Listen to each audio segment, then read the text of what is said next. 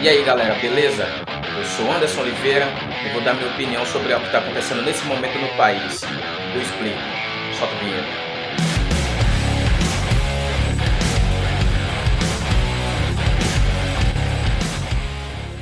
Estamos vivendo um momento tenso de crise econômica e político-institucional. No país que se acostumou com regimes de exceção ao longo de sua história, essa movimentação em torno de um possível golpe não surpreende. No entanto, rompe com o processo de solidificação do nosso Estado democrático de direito e deixa o nosso futuro incerto do ponto de vista político-social. Incerto, sobretudo por conta da polarização que se criou em torno desse processo.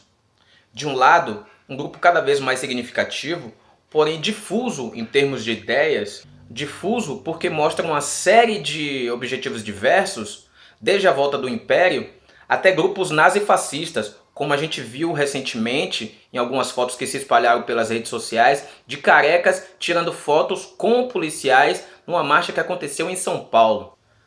Porém, todos, majoritariamente, têm um pensamento conservador.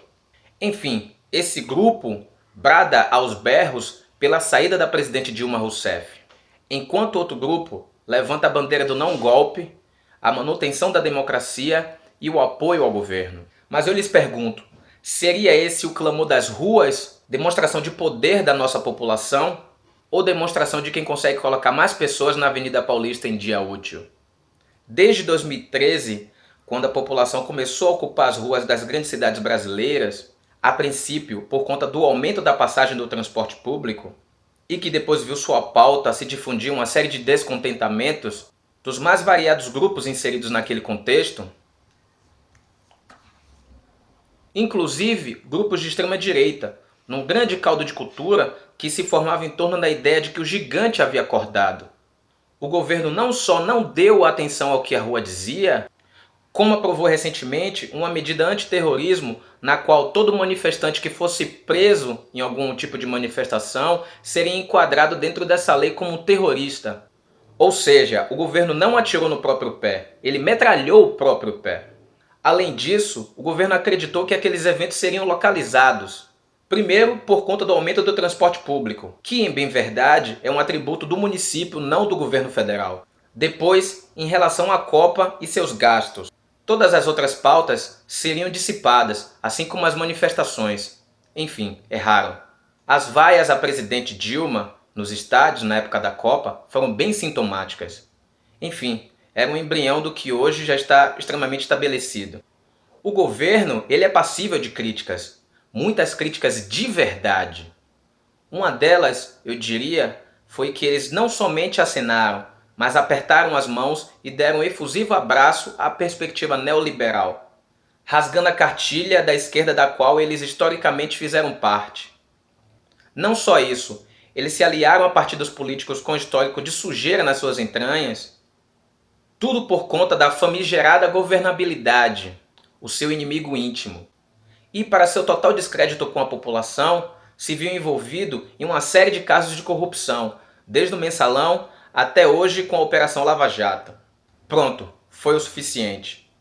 Do outro lado, uma imprensa irresponsável, aliada com os setores mais conservadores da política e da sociedade, que viu nesse grande caldo de cultura uma possibilidade concreta de incitar o discurso de ódio, do qual vemos nesse momento, que fez com que os misóginos, os racistas, os xenófobos não tivessem mais medo de serem o que são, completamente parciais, criando ponto de vista num cenário muito mais complexo do que a polarização direita e esquerda, pura e simples, da qual vemos nas discussões, sobretudo nas redes sociais, onde o discurso de ódio ganha mais impacto e relevância. Então, temos hoje um governo que não consegue governar, acuado em seus próprios erros. E mesmo os acertos, as políticas sociais das quais o governo tem tanto orgulho, e que de fato foi muito significativo, muito por conta das lutas dos movimentos sociais que são os verdadeiros protagonistas desse processo, não tem forças suficientes para dar conta de uma população descontente, uma imprensa irresponsável e um judiciário que desponta agora como uma máquina legal para justificar o impedimento da presidente e, portanto, liquidar a fatura do golpe. Além disso, um legislativo que é um dos piores em termos de quadros dos últimos anos, conivente com a ideia desse golpe. Mas a defesa não é do governo puro e simples, e sim do Estado democrático de direito.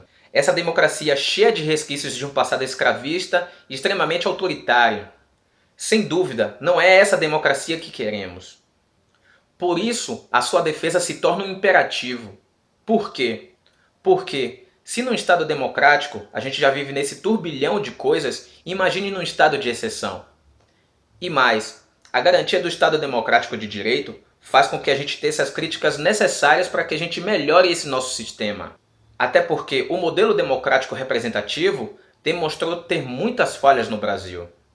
Seria esse o momento das esquerdas mais à esquerda se unirem em torno de uma pauta comum, deixarem suas picuinhas de lado e se fortalecerem?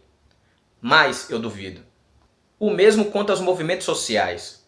Pautar uma democracia que seja justa e para todos, e não somente para uma parcela da população que tem cor, credo e classe social. Acho que o aprendizado que precisamos ter desse momento é justo isso. Pautar na democracia o que precisamos, torná-la justa de fato. Mas, e para você? Qual o Brasil que você quer?